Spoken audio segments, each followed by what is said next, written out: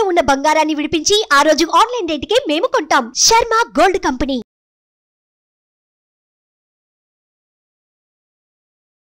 Hi hello welcome to our channel. ఈరోజు మనతో పాటు ఉన్నారు జ్యోతిష్య వాస్తు పండితులు, జ్యోతిష్య వాస్తు శిక్షణ నిపుణులు, అదేవిధంగా మహాగౌరి ఉపాసకులు శ్రీ దింటకుర్తి మురళీకృష్ణ గారు. నమస్కారం గురువు గారు. నమస్తే నాన్న. హరి ఓం శివం. సో ప్రతి నెలలో సంకటహార చతుర్థులు వస్తూ ఉంటాయి. ఇది కొత్త సంవత్సరం, ఇప్పుడు వచ్చే మొదటి సంకటహార చతుర్థి. ఈ మొదటి సంకటహార చతుర్థి ఇలా మొదలుపెట్టి చివరాఖరికి 12 సంకటహార చతుర్థి చేస్తే ఎలాంటి ఫలితం ఉంటుందంటారు? అదేవిధంగా ఈ ఒక్క సంకటహార చతుర్థి చేస్తే ఎలాంటి ఫలితం ఉంటుందంటారు? మనిషికి ఎటువంటి సమస్యలు ఉంటాయి చెప్పు?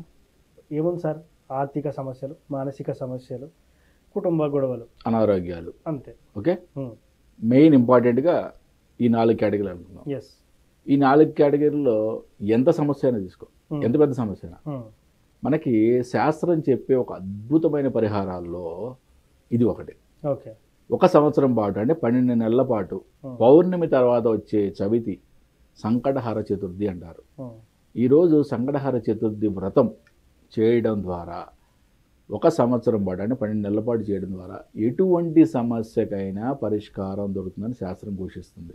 ఎటువంటి సమస్య అంటే శాస్త్రంలో ఏమి లెక్కించబడిందంటే కాలసర్పయోగం, కాలసర్ప దోషం ఉంది కదా, అటువంటి మహాదోషాలను కూడా ఇది హరింపజేసే శక్తి ఉందని చెప్పింది అన్నమాట. అంటే మరి ఇవి ఎందుకు వెలుగులోకి రాలేదో నాకైతే తెలీదు.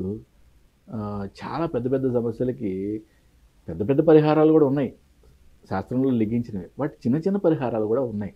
అంటే అవి చేయలేని వాళ్ళు ఇవి కన్నా చేయండి అని. ఇక్కడ ఒకటి మాత్రం నేను చెప్పగలను, మనకి కృతయుగంలో భగవంతుడు మనకి ఏదన్నా ఒక వరం ఇవ్వాలంటే మనం కొన్ని వందల వేల సంవత్సరాలు తపస్సు చేస్తే భగవంతుని యొక్క సాక్షాత్కారం కలిగేది. మరి త్రేతాయుగంలో యజ్ఞ యాగాదులు చేస్తే భగవంతుని యొక్క సాక్షాత్కారం కలిగేది. ద్వాపర యుగంలోకి వచ్చేప్పటికీ పూజలు వ్రతాలు చేస్తేనే మరి భగవంతుని యొక్క అనుగ్రహం అంటే ఆయన యొక్క ఆశీర్వాదం దొరికేది. మరి కలియుగంలో కలవు స్మరణాన్ముక్తి, కలియుగంలో స్మరిస్తేనే ముక్తినిస్తానని భగవంతుడు చెప్పాడు యుగధర్మం ప్రకారం. అంటే ఎంత ఈజీ చేశాడు. బట్ ఇక్కడ మనకి ద్వాపర యుగంలో చెప్పిన విధంగా పూజలు వ్రతాలు చేస్తే మనకి ఇంకా అద్భుతమైన ఫలితాలు వస్తాయి కదా. కాబట్టి ఏంటంటే శాస్త్రంలో ఎన్నో మహాదోషాలకి, నాగదోషాలు, ఓకే, శని దోషాలు, కాలసర్పయోగాలు, ఇటువంటి భయంకరమైన దోషాలకు కూడా మనం కొన్ని వ్రతాలు చేయడం ద్వారా వాటిని నియమ నిష్టలతో, భక్తి శ్రద్ధలతో, నియమము నిష్ట సెకండరీ, ఓకే, భక్తి శ్రద్ధ ఫస్ట్, అది మాత్రం గుర్తుపెట్టుకోండి. 1 సార్లు మరీ చెప్తున్నాను.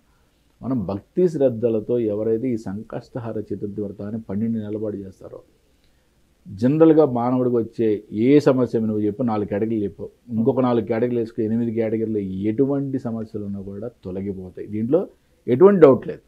ఓకే. మరి ఈ వ్రతం ఏ విధంగా చేయాలి? ఓకే. ఇది సంకష్టహార చతుర్థి వ్రతం అనే పుస్తకం మీకు పూజా స్టోర్లో చాలా చిన్న పుస్తకం, 10-15 రూపీస్ ఉంటుంది అంతే. చక్కగా బుక్ తెచ్చుకోండి, దాని ప్రకారం మీరు వ్రతాన్ని ఆచరించండి. ఓకే. ఇదంతా కూడా ఎక్కువగా దగ్గరలో ఉన్న దేవాలయాల్లో మనకి చేస్తారు సామూహికంగా. రాత్రి అంటే ఈవినింగ్ పూట సూర్యాస్తమయం తర్వాత చేస్తారు. చేసిన తర్వాత తీర్థప్రసాదాలు తీసుకొని ఉపవాసం వదిలేయడం అనేది ఉంటుంది అన్నమాట. బట్ నేను మీకు ఒక యాడెడ్గా ఒక మెయిన్ నియమం చెప్తున్నా.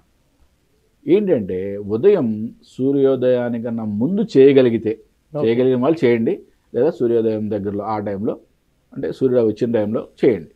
మరీ ఎప్పుడో 9 గంటల 10 గంటలు కాకుండా సూర్యోదయానికి ముందు చేయగలిగితే కనుక, సూర్యోదయానికి అరగంట ముందు, సూర్యోదయం అరగంట తర్వాత, ఎగ్జాక్ట్లీ అనుకో, సూపర్. అంతే కదా. ఒక గడి అటు, ఒక గడి ఇటు, 48 నిమిషాలు, 24 నిమిషాలు అటు, 24 నిమిషాలు ఇటు, ఎగ్జాక్ట్లీ.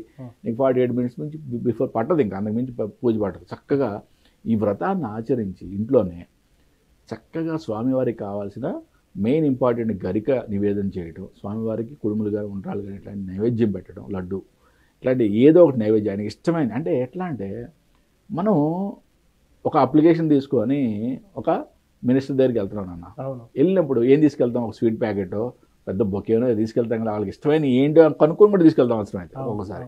మరి అదే కదా ఇక్కడ చేయాల్సింది. స్వామివారికి ఏది ఇష్టం నువ్వు తపన పడు నిజంగా.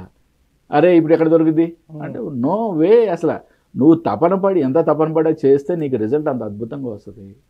ఇది రియల్. నేను ఇప్పుడు నేను చెప్పే వ్రతాలు ఏవి నేను చేయకుండా ఏది చెప్పట్లా, ప్రతి వ్రతము నేను చేసినవే ఆచరించినవే, దాని నుంచి అద్భుతమైన ఫలితాలు పొందినవే. ఇంట్లో చక్కగా ఈ వ్రతాన్ని ఆచరించండి.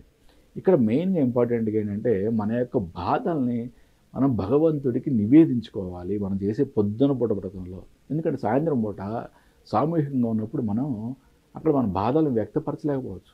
అవును. ఇప్పుడు మనకి మెయిన్ ఇప్పుడు కాస్మిక్ ఎనర్జీతో మనకి ఒక రిలేషన్ ఏర్పడినప్పుడే కదా మనకి విశ్వం నుంచి మనకు కావాల్సినవన్నీ మనకి వచ్చేది. కాబట్టి ఏంటంటే సామూహికంలో ఉన్నప్పుడు మనం ఎక్స్ప్రెస్ చేయలేకపోవచ్చు. ఓకే, ఏదో ఒక పూజ తంతులాగా జరిగిపోతూ ఉంటుంది, హడావిడిగా జరుగుతూ ఉంటుంది, మనం మనసు విప్పి స్వామివారితో మాట్లాడలేకపోవచ్చు. కాబట్టి మరీ నేను చెప్పేది ఏంటంటే ఉదయం మనం వ్రతాన్ని ఇంట్లో ఆచరించండి, మళ్ళీ సాయంత్రం సామూహికంగా ఆచరించిన తర్వాత సాయంత్రం ఉపవాసాన్ని వదిలిపెట్టడం అనేది చేయండి. ఈ విధంగా 12 నెలల పాటు ఎవరైతే 12 సార్లు చేస్తారో అద్భుతమైన ఫలితం వస్తుంది. దీంట్లో ఎటువంటి డౌట్ పెట్టుకోవద్దు, రాసి పెట్టుకోండి.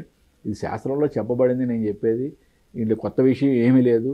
ఈ ఒక్క వ్రతమే కాదు, 7 శనివారాల వ్రతం, 9 శుక్రవారాల వ్రతం, 16 సోమవారాల వ్రతం, ఇట్లా శాస్త్రంలో చెప్పబడిన మంచి వ్రతాలు అన్నీ కూడా ఎటువంటి ఆర్థిక ఇబ్బందులు ఎటువంటి సమస్యలు ఉన్నా ఓకే మీరు ఈ వ్రతం చేసుకోండి. ఈ వ్రతాలు చేసుకుంటే మీకు ఆర్థిక పురోగతి ఒక్కటే కాదు ఓకే అన్ని విధాలుగా కూడా మీరు పురోగతి చెందుతారు. సంకట చతుర్థి వ్రతం మీరు చెప్పిందే ప్రేక్షకులకు చెప్తున్నారంటారు. అవును. సో దీంట్లో భాగంగా గణపతి మంత్రం చదవచ్చు అంటారు. ఎగ్జాక్ట్లీ. అంటే ఓం గం గణపతియే నమః ఓకే అనే మంత్రాన్ని కానీ లఘు మంత్రం అంటాను దీన్ని. పూర్తి మంత్రం అంటే జనరల్గా ఏంటంటే బీజాక్షరాలతో కూడుకున్న మంత్రాలని అన్నీ ఎట్లా మనం ప్రసార మాధ్యమాల ద్వారా ఊరికే చెప్పేటానికి లేదు.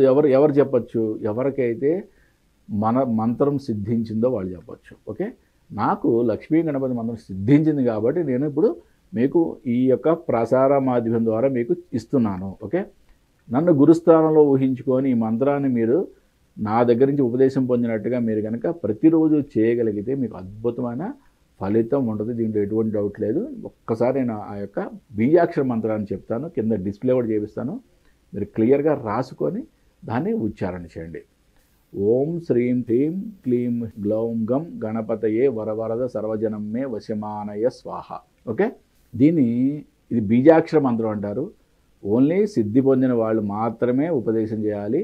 ఎవరైతే రియల్గా ఇంట్రెస్టెడ్గా చేస్తాను నేను మంచిగా చేస్తాను అనుకున్న వాళ్ళు మాత్రమే స్వీకరించాలి. ఓకే, ప్రసార మాధ్యమం ద్వారా మనం ఇది మంత్రం స్వీకరిస్తే నిజంగా మనకు సిద్ధిస్తుందా అనే అపోహలు పెట్టుకోవద్దు.